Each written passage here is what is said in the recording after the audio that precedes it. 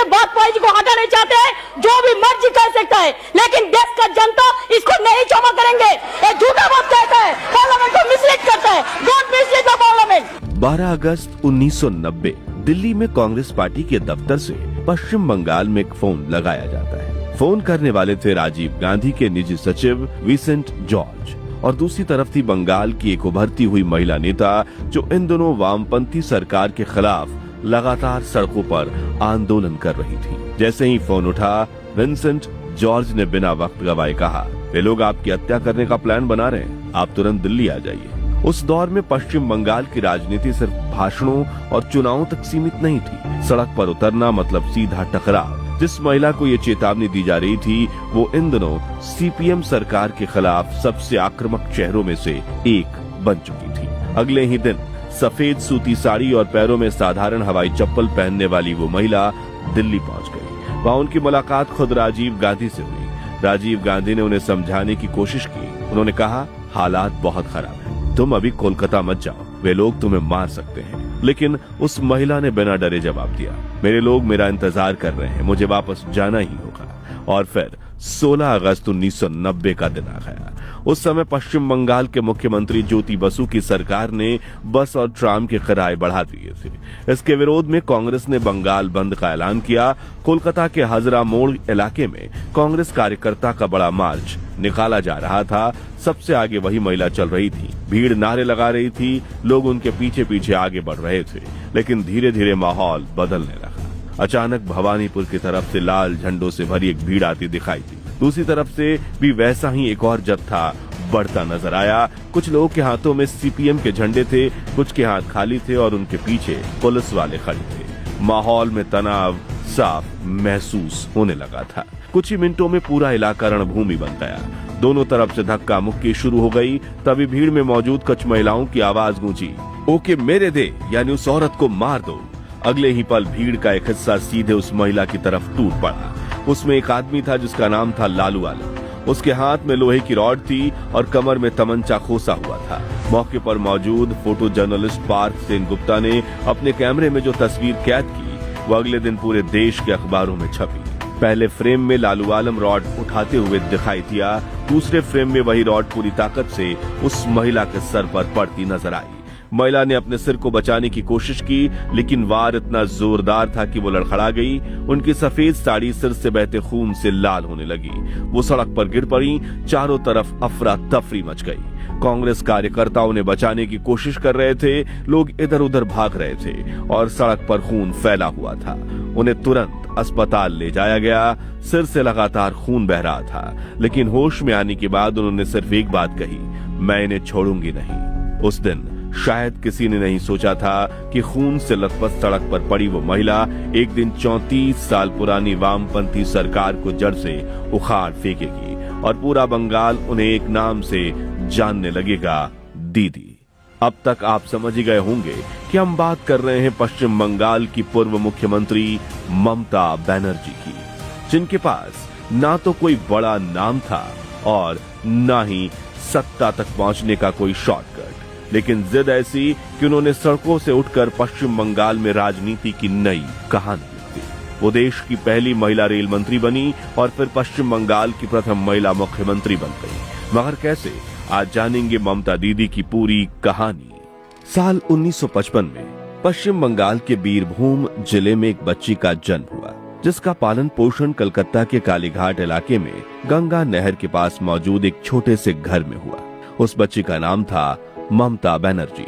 और ऐसे दौर में वो बड़ी हो रही थी जब बंगाल में कम्युनिज्म तेजी से फैल रहा था। जगह जगह मजदूर आंदोलन, छात्र राजनीति और वामपंथी विचारधारा का असर बढ़ता जा रहा था। लेकिन ममता का परिवार शुरू से कांग्रेस का समर्थक था। उनके पिता प्रमिलेश्वर बनर्जी खुद कांग्रेस से जुड़े हुए थे, इसलिए बचपन से ही घर का माहौल राजनीति से भरा हुआ था। लेकिन जब ममता सिर्फ 17 साल की थी तभी उनके पिता का निधन हो गया। परिवार की आर्थिक हालत खराब हो गई। घर चलाने की जिम्मेदारी अचानक उनके कंधों पर आ गई। कहा जाता है कि उस दौर में ममता सुबह 3:30 बजे उठकर घर का काम करती, अपने भाई बहनों और माँ के लिए खाना बनाती और फिर कॉलेज चली जाती। इसी दौरान उन्होंने कलकत्ता के जोग माया देवी कॉलेज में पढ़ाई करते हुए छात्र राजनीति में कदम रखा और कांग्रेस के छात्र संगठन छात्र परिषद से जुड़ गए। कॉलेज कैंपस से लेकर सड़कों तक वो खुलकर वामपंथी संगठनों के खिलाफ प्रदर्शन करने लगी। धीरे धीरे उनकी पहचान एक आक्रामक और निडर छात्र नेता के रूप में बनने लगी, जो आगे चलकर बंगाल की राजनीति का सबसे बड़ा चेहरा बनने वाली थी। इसी बीच आता है साल 1975, जब इंदिरा गांधी सरकार देश में इमरजेंसी लगा देती है। उस वक्त पूरे देश की राजनीति ही दो धड़े में चल रही थी। एक धड़ा जो आपातकाल के साथ था, इंदिरा गांधी की नीतियों के साथ खड़ा था, और दूसरा धड़ा आपातकाल के खिलाफ था। जाहिर है कि इमरजेंसी के साथ तो कांग्रेस पार्टी और उसके घटक दल खड़े थे, जिसमें पश्चिम बंगाल की युवा नेता ममता बनर्जी भी शामिल थी, जबकि खिलाफ खड़े लोगों को एक चेहरा मिला था, जयप्रकाश नारायण उर्फ जेपी। जेपी उस समय इंदिरा गांधी सरकार के खिलाफ देश भर में आंदोलन खड़ा करने में जुटे हुए थे। जगह जगह सभाएं हो रही थी, रैलियां निकाली जा रही थी और लाखों लोग उन्हें सुनने पहुंच रहे थे। इसी दौरान 25 अगस्त 1975 को जयप्रकाश नारायण कोलकाता पहुंचे। उन्हें वहां एक बड़ी जनसभा को संबोधित करना था, लेकिन पश्चिम बंगाल की कांग्रेस सरकार पहले ही तय कर चुकी थी कि जेपी का बंगाल दौरा आसान नहीं होने दिया जाए। जैसे उनका काफिला कोलकाता की सड़कों पर आगे बढ़ने लगा, रास्ते में सैकड़ों कांग्रेस कार्यकर्ता जमा हुए। हर तरफ नारेबाजी हो रही थी। कुछ दूरी आगे बढ़ने के बाद अचानक जेपी की नजर सड़क के बीच खड़ी एक युवा महिला पर पड़ी, जो थी ममता बनर्जी। सफेद साड़ी पहने ममता गुस्से से जेपी के काफिलों को देख रही थी। उम्र मुश्किल से 20 से 21 साल रही, लेकिन तेवर किसी बड़े नेता जैसे। जैसे ही जेपी की एम्बेसडर कार करीब आई, ममता और उनके साथ मौजूद कांग्रेस कार्यकर्ताओं ने गाड़ी रोकने की कोशिश की और ममता अचानक सड़क पर ही लेट गई, ठीक जयप्रकाश नारायण की कार के साथ। पूरा काफिला रुक गया। कुछ देर तक गाड़ियां वहीं रुकी रहीं और कांग्रेस कार्यकर्ता लगातार नारे लगाते रहे, लेकिन कुछ ही पलों बाद ममता सड़क से उठी और सीधे जेपी की कार के बोनेट पर चढ़ गईं। फिर वहीं खड़े होकर उन्होंने इंदिरा गांधी और कांग्रेस के समर्थन में नारे लगाने शुरू कर दिए। कहा जाता है कि उस दिन ममता दीदी ने विजय नृत्य भी किया और कार के अंदर बैठे जयप्रकाश नारायण चुपचाप ये सब देखते रहे। उस दिन की तस्वीर और खबरें जल्द ही दिल्ली पहुंच गई, लेकिन उनके नाम का डंका बजने वाला था कुछ दिन बाद। दरअसल मार्च 1977 में देश से इमरजेंसी खत्म हुई और फिर चुनाव करवाए गए। इस बार जनता का गुस्सा कांग्रेस पर भारी पड़ा। जयप्रकाश नारायण के नेतृत्व में बनी जनता पार्टी ने इंदिरा गांधी की सरकार को सत्ता से बाहर कर दिया और मोरारजी देसाई देश के नए प्रधानमंत्री बने।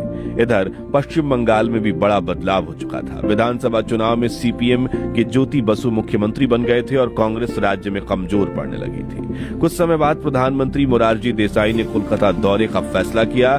जैसे ही ये खबर छात्र परिषद के कार्यकर्ताओं तक पहुंची, कांग्रेस समर्थक छात्रों ने तय कर लिया कि वो प्रधानमंत्री को काला झंडा दिखाकर विरोध करेंगे। लेकिन पुलिस पहले से सतर्क थी। वो 2 साल पहले जयप्रकाश नारायण के काफिले के सामने हुए हंगामे को भूली नहीं थी।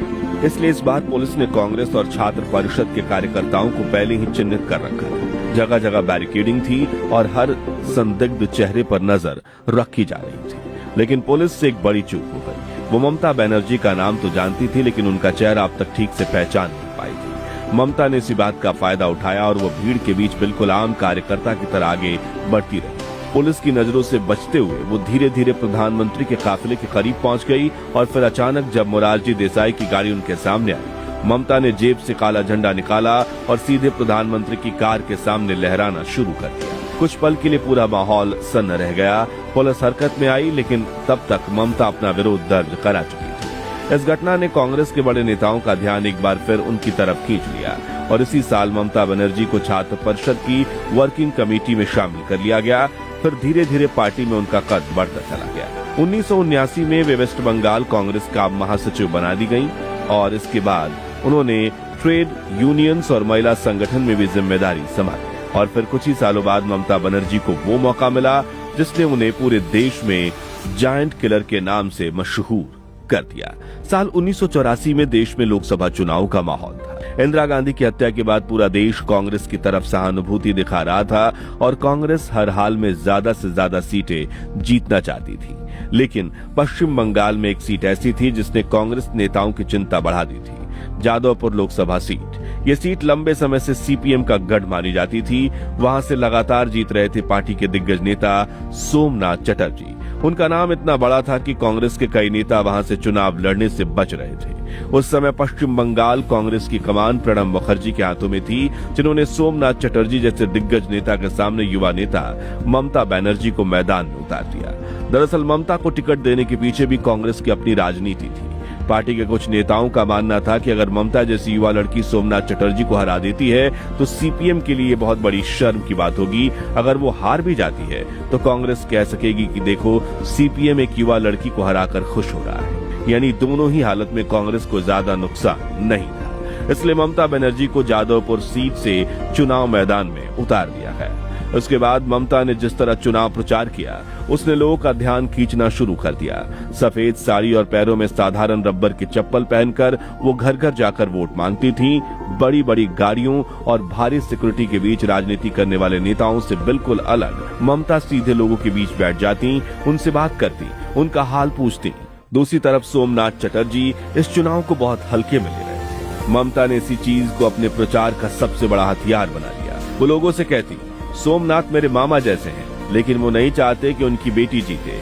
उनकी ये लाइन लोगों के बीच तेजी से फैलने लगी। फिर चुनाव के नतीजे आए और पूरे बंगाल की राजनीति हिल गई। ममता बनर्जी ने करीब 20,000 वोटों के अंतर से सोमनाथ चटर्जी को हरा दिया। उस समय वो देश की सबसे युवा सांसदों में से एक बन गई। इस जीत ने ममता बनर्जी को सीधे राष्ट्रीय राजनीति में पहुंचा दिया।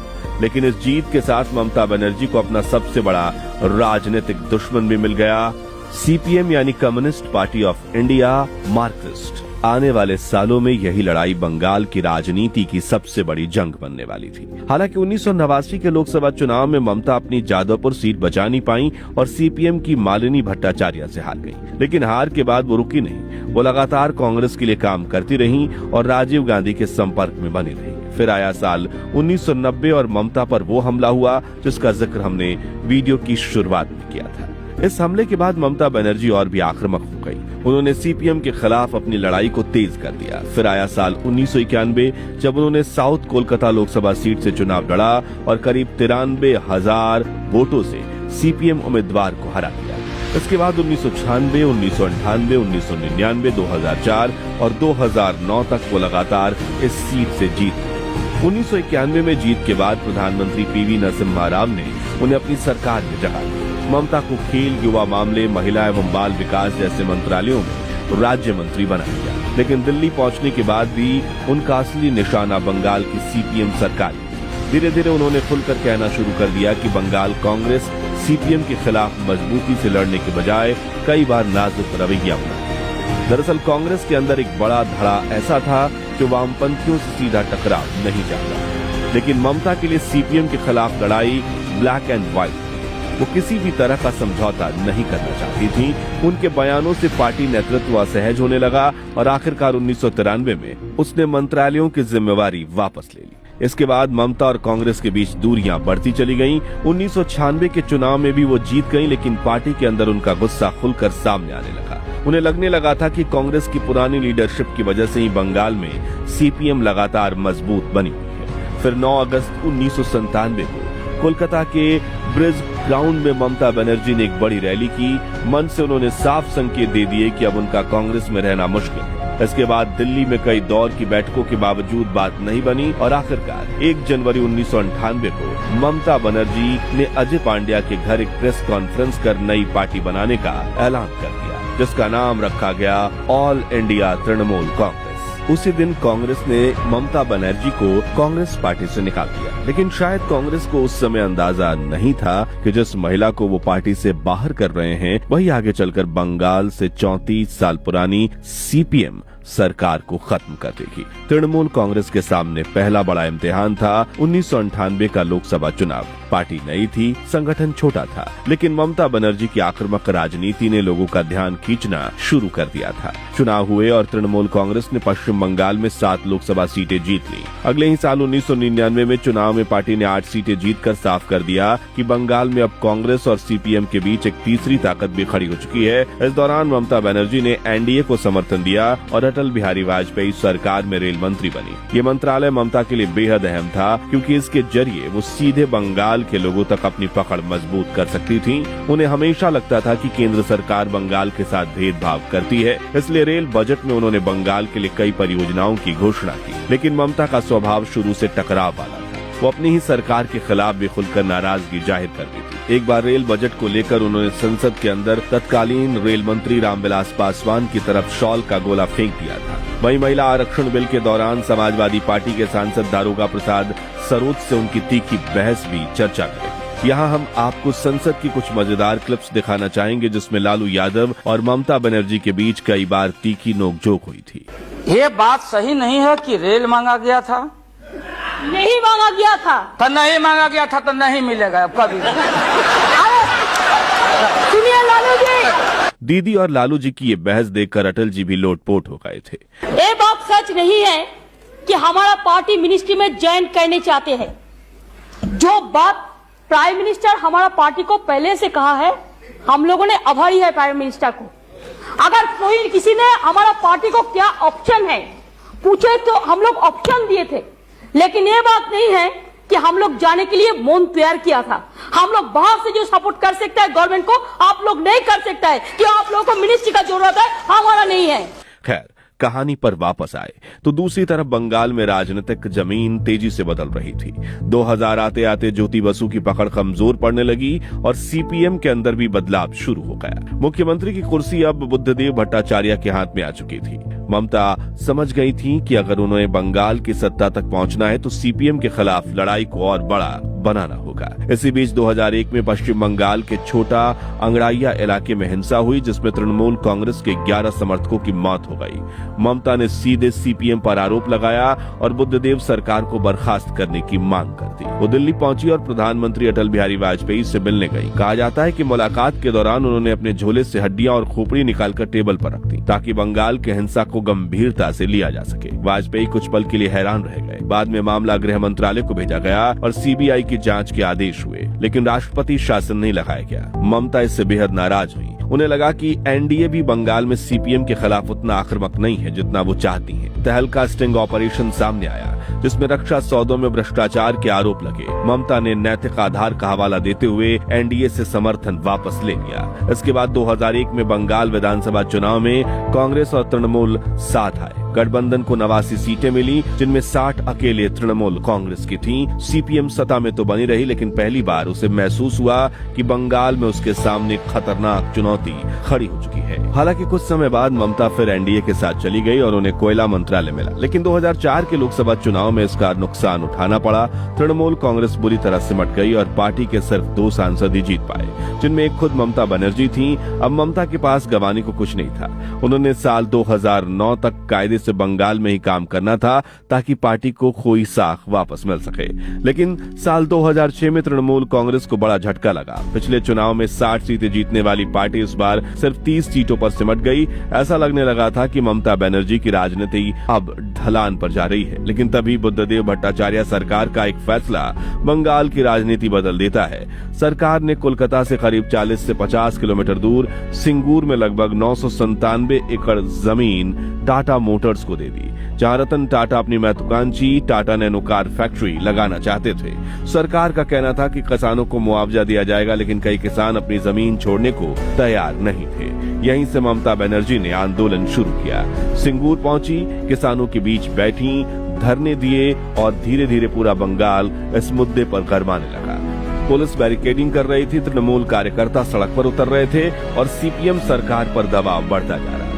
फिर 4 दिसंबर 2006 को ममता बनर्जी कोलकाता में आमरण अनशन पर बैठ गई। ये भूख हड़ताल 1-2 दिन नहीं बल्कि पूरे 26 दिन तक चली। उनकी तबीयत बिगड़ने लगी, लेकिन वो पीछे हटने को तैयार नहीं थे। आखिरकार राष्ट्रपति एपीजे अब्दुल कलाम के फोन और प्रधानमंत्री मनमोहन सिंह की अपील के बाद 29 दिसंबर को उन्होंने अनशन खत्म किया, लेकिन तब तक सिंगूर पूरे देश का मुद्दा बन चुका था। अगले 2 साल तक विवाद चलता रहा और फिर 2008 में रतन टाटा ने ऐलान कर दिया कि नैनो प्लांट बंगाल से हटाकर गुजरात के सांदड़ में ले जाया जाएगा। ममता बनर्जी राजनीतिक लड़ाई जीत चुकी थी। इसके बाद नंदीग्राम हिंसा ने सीपीएम की छवि को और नुकसान पहुंचाया और 2009 के लोकसभा चुनाव में ममता ने मां माटी मानुष का नारा दिया। नतीजे आए तो वही तृणमूल कांग्रेस जो पिछली बार सिर्फ 2 सीटें जीत पाई थी, इस बार 19 सीटों के साथ दिल्ली पहुंच चुकी थी। फिर आया 2010, तृणमूल कांग्रेस ने कोलकाता म्युनिसिपल कॉर्पोरेशन का चुनाव 62 सीटों के बड़े अंतर से जीत लिया। अब साफ दिखाई देने लगा था कि बंगाल की राजनीति बदल रही है। लेकिन ममता बनर्जी के लिए ये सिर्फ चुनावी जीत नहीं थी, बल्कि एक पुरानी कसम पूरी करने का वक्त भी करीब आ रहा था। दरअसल साल 1992 में ममता बनर्जी पहली बार राइटर्स बिल्डिंग पहुंची थी। उस दौर में यह पश्चिम बंगाल सरकार का सचिवालय हुआ करता था। ममता एक ऐसे सीपीएम कार्यकर्ता के खिलाफ प्रदर्शन करने गई थी जिस पर एक विकलांग लड़की के साथ बलात्कार का आरोप था, लेकिन पुलिस ने उन्हें बिल्डिंग के अंदर घुसने ही नहीं दिया।